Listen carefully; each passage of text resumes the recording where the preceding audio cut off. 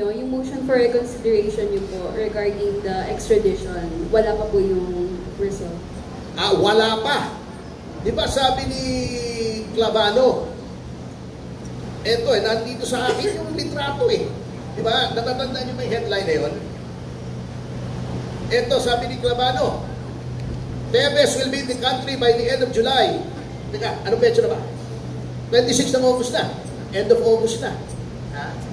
This is the same DOJ na nagsabing Tevez is being protected by warlords in East Timor. Nandiyan din yan. Google nyo yan.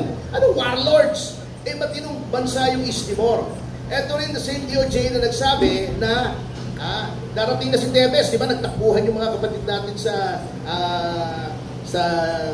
press doon sa airport. Wala naman Tevez.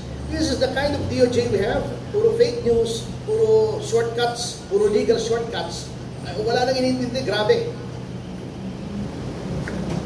Hello.